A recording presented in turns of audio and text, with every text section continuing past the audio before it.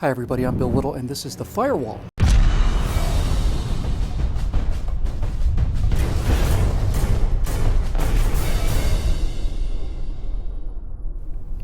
Well, cultural appropriation is the latest form of combat used by social justice warriors. That's a term used by cry bullies to describe themselves as fighters against prejudice and privilege. They're the first warriors in history to burst into tears and require weeks of therapy at the mere sight of an actual weapon.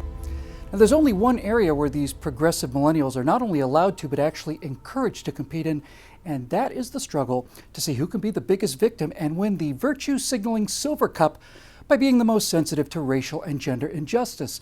Cultural appropriation is the idea that white males have stolen various elements of minority and female culture and used them for their own benefit without acknowledging or appreciating the suffering of the offended party. It's everywhere, but the best example so far is a video shot at San Francisco State University, where a black student confronts a white student who is culturally appropriating African American dreadlocks. Let's watch for a moment, shall we? You're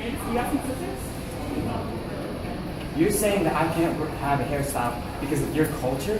Yeah, Why? because it's my culture. Do you know what box means? Yo, girl, stop touching me right now. Yo, girl, stop touching me right now. That's no reason, yo. I don't need your disrespect. I don't need your disrespect. Why are you filming this? Just for everyone's safety. Listen, I get it.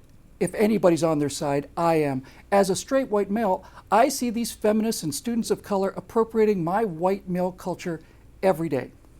When I think of them walking around in blue jeans using electricity to light their dorm rooms or to run their microwave ovens so that they can eat non-Anglo-Saxon food, well, frankly, it makes me sick. They sit there using their smartphones to write about social injustice and then use the internet to post it on Facebook and Twitter. And as a white male, I find this incredibly offensive.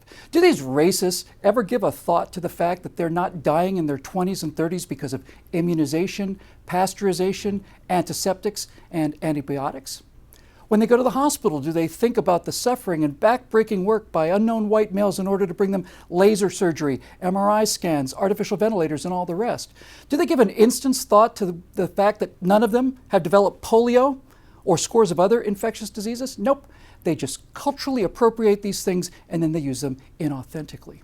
But what really makes me lose my mind is when I look down the aisle of an airplane.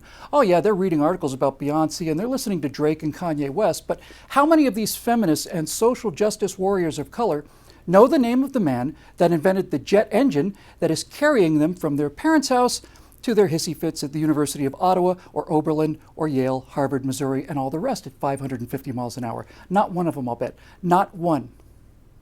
His name was Whittle, you ignorant, insensitive, racist pigs. I just want to get up and slap every one of them, but, you know, that's a white thing you wouldn't understand.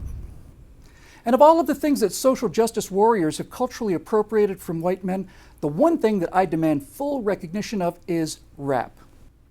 Mary Margaret as a midsummer flower, gentle as a falcon or a hawk of the tower, with solace and gladness, much mirth and no madness, all good and no badness, so joyously, so maidenly, so womanly, her demeaning and everything far, far passing, that I can indict or suffice to write. Hip-hop rhyming is called Skeltonic verse, and it was invented by the man that wrote those lines, white male John Skelton, who was born in England in 1463. Now, if all of this sounds petty and ridiculous and racist and utterly barking mad to you, well, it sounds that way to me too. But that's who these progressive cry-bully tribalists are, insecure fascists who want to tell other people how to wear their hair. They become apoplectic about things like the Washington Redskins, but they may want to take a lesson from another despised and marginalized group of American immigrants, and that would be the Irish. The two great slurs leveled against the immigrant Irish concerned their drunkenness and their violence. Here's the mascot they chose for themselves at Notre Dame. It's a drunken, fighting leprechaun. And here's the parade that they have annually. And here's the green beer we all drink on St. Patrick's Day. And once a year, everyone in America is Irish, including this left-wing, divisive Alinskyite agitator. That's because, unlike the social justice weenies, the Irish have a sense of humor, which they no doubt culturally appropriated from our common African ancestors. So, Jesus, Mary, and Joseph, why don't you grow up, you whiny little crybabies? We need your help to keep these messages coming. If you want to help us make a difference, please go to billwhittle.com and become a member.